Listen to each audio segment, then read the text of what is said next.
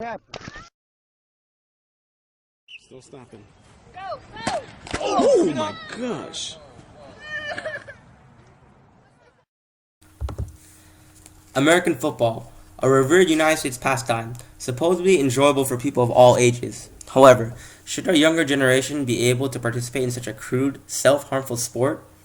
As you've just seen in the previous video, competitive youth football can result in jarring head-to-head collisions, which can result in terrible repercussions, such as the increased probability of permanent brain damage through concussions.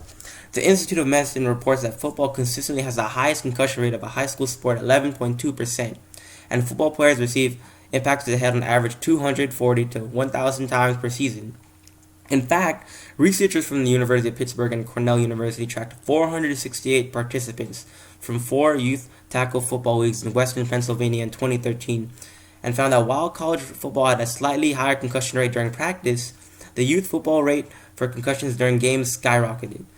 The final result had youth football yielding a much greater overall rate for concussions than both college and high school football. Nevertheless, coaches will argue that youth football will teach children valuable skills that will help them protect themselves if they decide to continue football as they get older.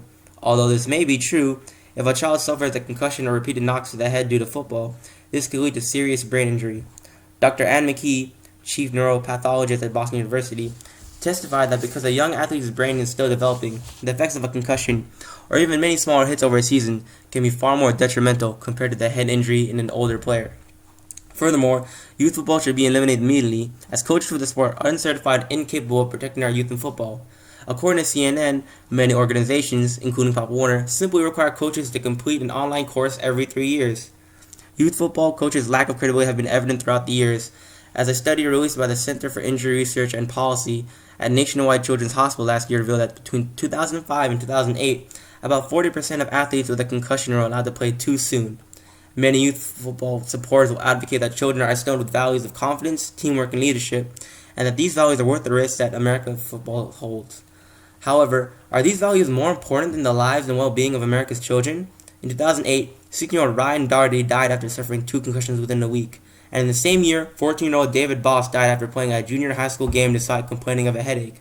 Later, in 2010, CNN reported of a 17-year-old Max Conrad, who was hit so hard during a game that afterwards he was left with the mental capacity of a 9-year-old.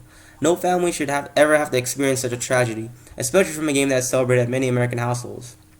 We must prevent football from threatening our youth's future, and ensure that families will never have to grieve again due to its dangers.